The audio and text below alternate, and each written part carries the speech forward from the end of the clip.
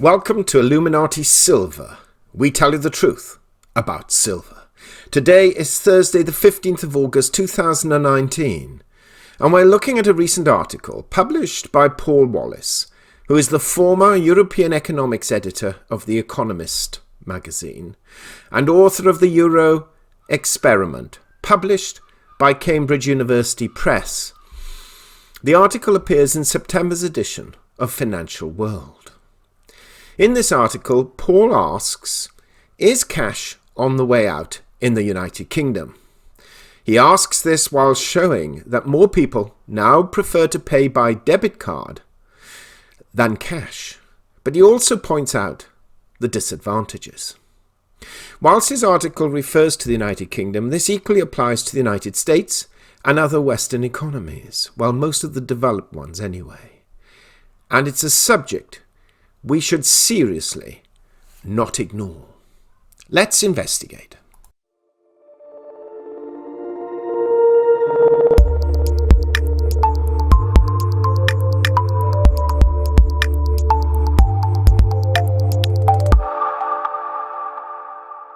Down to the Last Penny by Paul Wallace, former European economics editor of The Economist and author of the Euro Experiment, published by Cambridge University Press.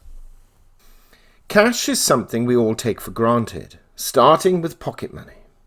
It is the stuff of TV drama, with Line of Duty showing crooked police officers taking payoffs in envelopes stuffed with notes.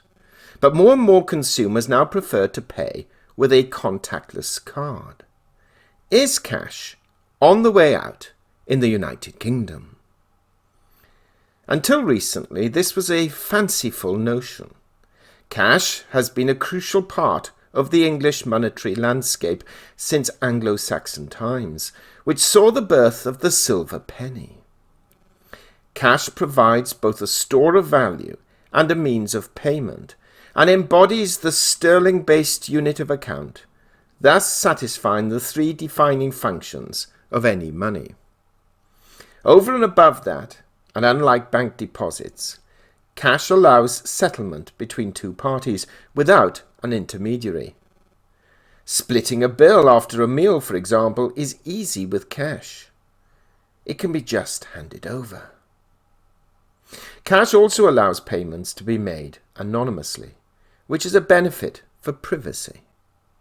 Advocates of cash in Germany invoke Fyodor Dostoevsky, who wrote after his experience in a Siberian prison camp in the mid-19th century, quote, "Money is coined liberty," unquote. Although dwarfed by bank retail deposits, which are 20 times as high, demand for cash has until recently been resilient. Research published last year by the Bank for International Settlements found, quote, scant evidence of a shift away from cash, unquote, between 2007 and 2016. Despite sharp increases in the value of card payments, cash as a share of nominal GDP generally rose among advanced economies, especially in Japan, Switzerland, and the Eurozone. The exception was Sweden, where it fell, continuing a decline already underway since the early 2000s. But the apparent resilience of cash since the financial crisis owes much to ultra-low inflation and interest rates. Fixed in nominal terms and offering no yield, cash has more appeal as a store of value when prices are barely rising and banks stop paying interest on accounts. Even so, over the past 2 years, the value of cash in the UK economy has stalled at around £82 billion, of which some £4 billion is coin, causing it to decline as a share of nominal GDP. As a means of payment in the United Kingdom, cash is in free fall. In 2017, the number of payments by debit cards overtook those made in cash for the first time. In all, £13.2 billion payments were made with debit cards, just ahead of the 13.1 billion made in cash. The gap is widening fast thanks to the convenience of paying with a contactless card. There were 1.5 billion UK debit card transactions in March 2019, up 9% year on year, according to UK Finance, a trade body. But the value of those transactions was £50.3 billion, up only 1.6% year on year, as card use ate further into low-value payments. As a share of the volume of all payments, cash is falling much faster than expected, from 60% in 2008 to 28% in 2018, and could drop to a mere 9%, less than 4 billion, by 2028, according to projections in June from UK Finance. By then, it will be the fourth most used form of payment, behind direct debits and credit cards, as well as debit cards. The UK is travelling along a similar trajectory to that already pioneered in Sweden. There, cash was used by just 13% of consumers for their most recent purchase in 2018, down from 39% in 2010, according to the Sveriges Riksbank, the Swedish central bank. Payments through Swish, an app for mobile phones allowing instant transfers between individuals, are now widespread. Half of Swedish retailers believe that they will stop accepting cash by 2025 at the latest, as its diminishing usage makes it increasingly expensive to handle. In both Sweden and the United Kingdom, young people shun cash, which is becoming the preserve of the old. In Sweden, for example, more than 75% of people aged 18 to 44 are using Swish, compared with 25% of those aged 65 to 84. Similarly, in the UK, mobile payments are much more common among the under 35s than those over 55. This suggests that cash is on the wrong end of demographics, as young digital users replace old cash users in the population.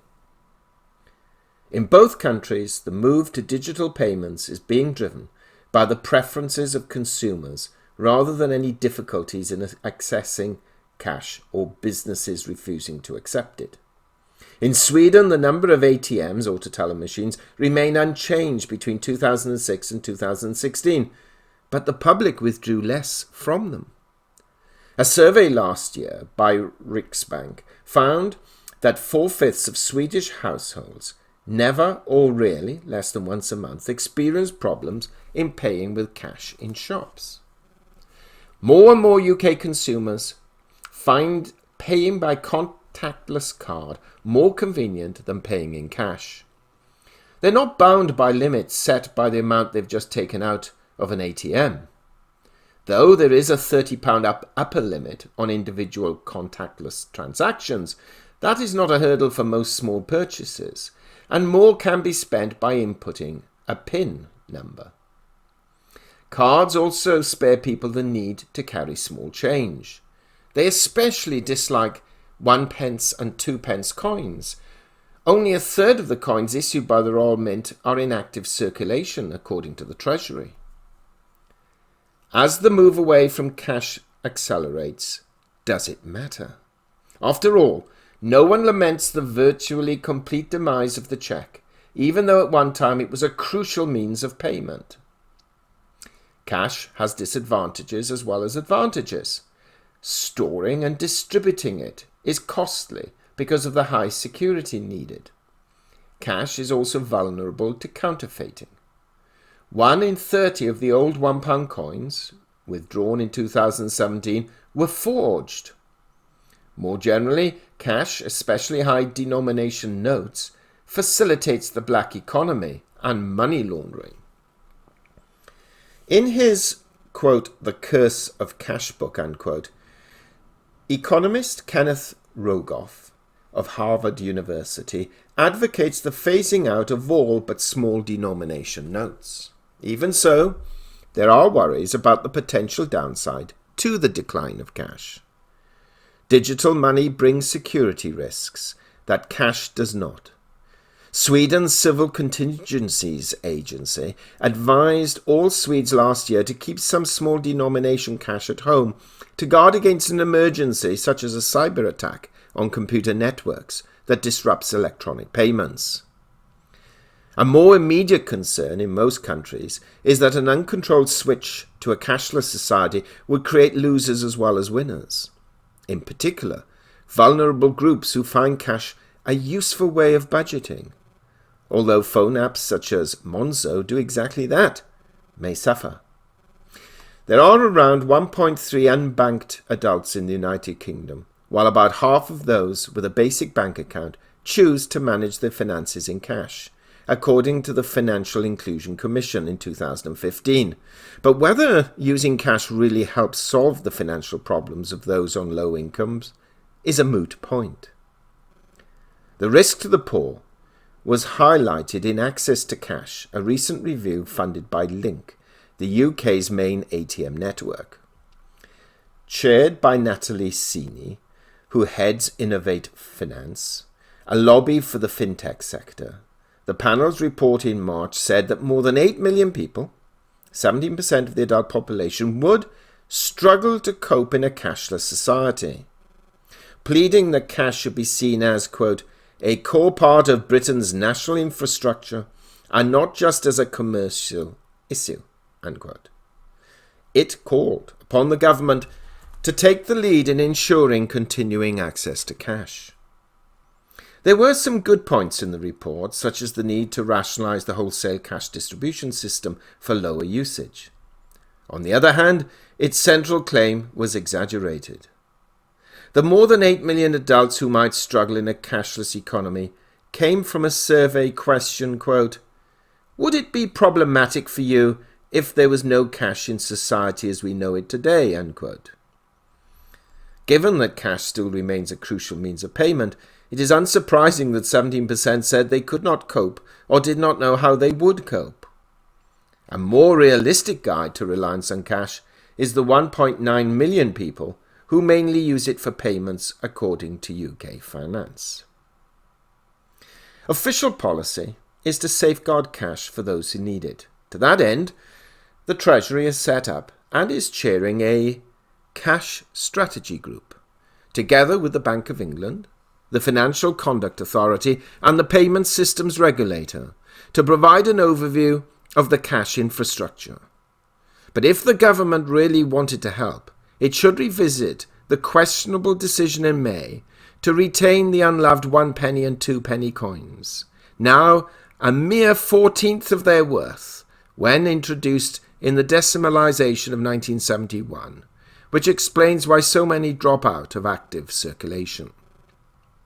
ATM providers, for their part, could ensure that cash machines routinely dispense £5 notes as well as £10 and £20 notes. The UK is heading fast not to a cashless, but to a less cash economy. Attempts to arrest this are as likely to be futile as a mission to resurrect the cheque. The important question is whether the Bank of England should respond to the decline in cash by issuing e-money, which the Riksbank is already planning to pilot in Sweden. Providing an eventual digital substitute for central bank notes is a better approach than trying to resist the incoming tide of cashless payments. Paul's article is pretty well balanced, and we've provided and produced in the past numerous videos and articles, both generally and within the inner sanctum, on this topic. What is clearly being witnessed is that the younger generation prefer to pay by plastic, or online, or via an app. And while older folk like us still appreciate the tangibility of cash, we are diminishing in numbers. We are all, of course, aware that by holding cash and or silver and gold, this gives us the opportunity to trade should a serious systems default occur. But is it enough to prevent the ever-growing desirability of future generations to ignore this peril and lead perhaps one day to the big brother society many of us fear. Let us know what you think. We hope you have found this video interesting and informative, and if so, please give it a thumbs up and share it on social media. Please ensure that you have subscribed to our channel and press the bell sign so that you are notified of any future videos. Also, kindly visit our website at illuminatisilver.com, and if you haven't already done so, please subscribe either as a free or paying member for regular email updates and offers. Disclaimer: Illuminati Silver owners come from a background of banking, international wealth management and economics. Having now retired from these worlds, we are not qualified to give investment advice. Therefore, this and other productions must not be deemed to be giving such advice and merely represent the personal views of its owners.